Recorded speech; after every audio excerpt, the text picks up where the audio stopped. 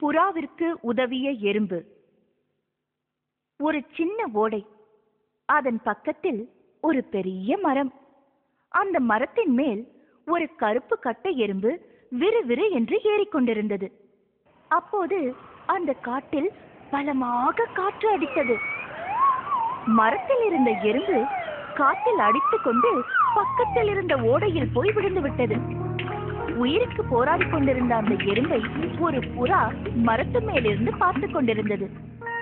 எறும்புக்கு உதவ நினைத்த புறா இலையை கிள்ளி அதை எறும்புக்கு பக்கத்தில் போட்டது. உயிர் பிழைத்த எறும்பு கரையை நோக்கி பயணம் செய்தது.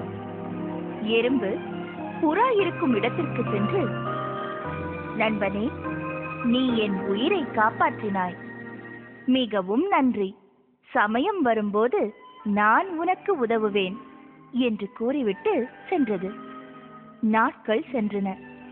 ஒரு நாள் காலையில் எறும்பு தன் நண்பர்களோடு இரையை எடுத்துக்கொண்டு போய்க் கொண்டிருந்தது. அப்போது ஒரு மனிதனுடைய கால்களை பார்த்த எறும்பு நிமிர்ந்து பார்த்து அதிர்ச்சி அடைந்தது. ஒரு வேடன் தனது அம்பினால் மரத்தின் மேல் அமர்ந்திருந்த அந்த புறாவை குறிவைத்திருந்தான்.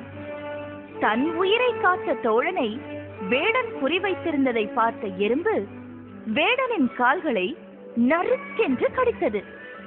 ஆ என்று கத்திய வேடனின் குறியும் தப்பியது. மரத்தின் மேல் இருந்த புறாவும் உயிர் தப்பியது.